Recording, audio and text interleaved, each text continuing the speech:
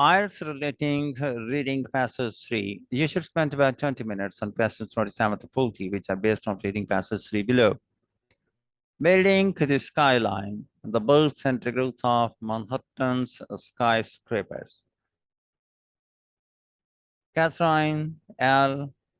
Chester reviews a book by Jason Barr about the development of the New York City.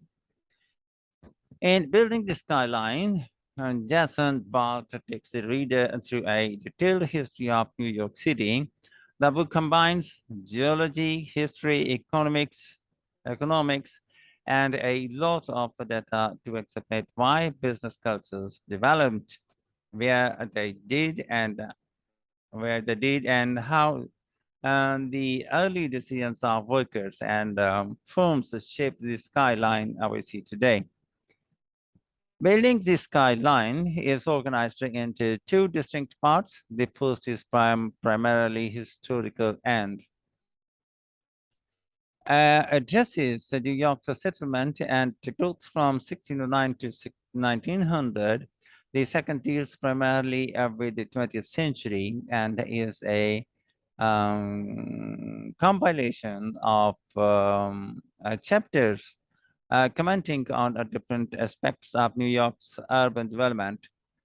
The tone and organization of the book changes somewhat between the first and the second parts, as the latter chapters incorporate aspects of Barr's related research papers. Barr begins chapter 1 by taking the reader a helicopter-type machine ride, giving a fascinating account of how the New York landscape in 1609 might have looked from the sky. He then moves on onto a subterranean walking tour of the city, indicating the location of the rock and water below the subsoil before taking the reader back onto the surface. His love of the city comes through as he describes various fun facts about the location of the New York residence of early 19th century Vice President Aaron Burr, as well as a number of legends about the city. Chapters 2 and 3 take the reader up to the Civil War, 1861 to 1865, with chapter 2 focusing on the early development of land and the implementation of a grid system in 1811. Chapter 3 focuses on land use before the Civil War. Both chapters are informative and well-researched and set the stage for the economic analysis that comes later in the book. I would have liked Barr to expand upon his claim that existing tenements prevented skyscrapers in certain neighborhoods because likely no skyscraper developer was interested in performing the necessary slum clearance. Later in the book, Barr makes the claim that the depth of bedrock was not a limiting factor for developers, as foundation costs were a small fraction of the cost of development. At first glance, it is not obvious why slum clearance would be limiting, while more expensive foundations would not. Chapter 4 focuses on immigration and the location of neighborhoods and tenements in the late 19th century. Barr identifies 4 primary immigrant enclaves and analyzed their locations in terms of the amenities available in the area.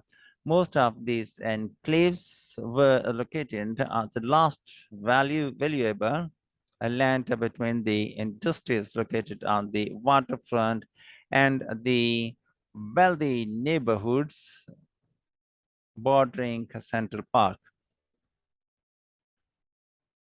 Part two of the book begins with a discussion of the economics of a skyscraper's height.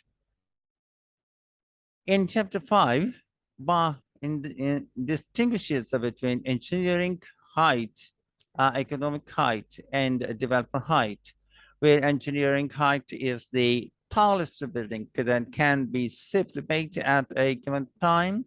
Economic height is the height that is most efficient from society's point of view.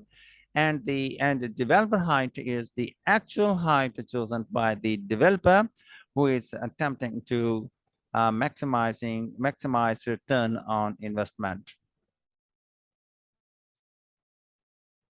Chapter 5 also has an interesting discussion of the technological advances that led to the construction of skyscrapers. For example, the introduction of iron and steel skeletal frames made the thick load-bearing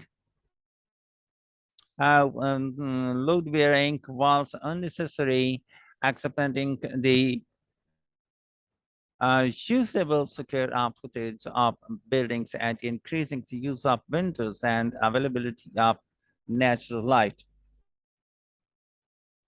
Chapter 6 then presents data on the building height throughout the 20th century and uses regression analysis to predict the building construction. While less technical and the research paper on which the chapter is based, it is probably more technical than would be preferred by our general audience. Chapter 7 tackles the bedrock myth, the assumption that the absence of bedrock close to the surface between downtown and midtown New York is the reason for skyscrapers not being built between the two urban centers. Rather, Barr argues that while deeper bedrock does increase foundation costs, and these costs were neither prohibitively high nor were they large compared to the overall cost of building a skyscraper. What I enjoyed most about this chapter was Barr's discussion of how foundations are actually built. He describes the use of caissons, which enable workers to dig down for considerable distances, often below the water table, until they reach bedrock. Barr's thorough technological history discusses not only how caissons work, but also the dangers involved.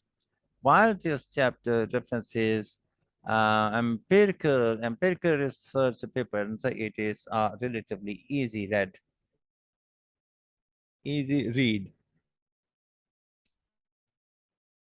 Chapters 8 and 9 focus on the birth of Middleton and the building boom of the 1920s. Chapter 8 contains lengthy discussions of urban economic theory that may serve as a distraction to readers primarily interested in New York.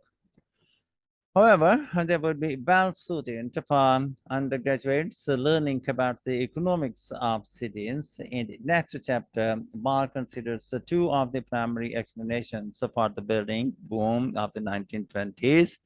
The first being exuberance and the second being financing. He uses data to assess the viability of these two plantations and finds that supply and demand factors explain much of the development of the 1920s. Though it enabled the boom, cheap credit was not, he argues, the primary cause.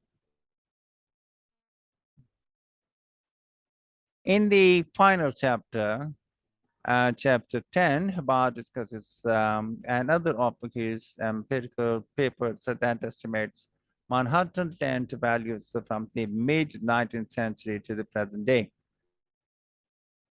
A data work that went into these estimations is particularly impressive. And towards the end of the chapter, Bart assesses whether skyscrapers are a cause or an effect of high land values.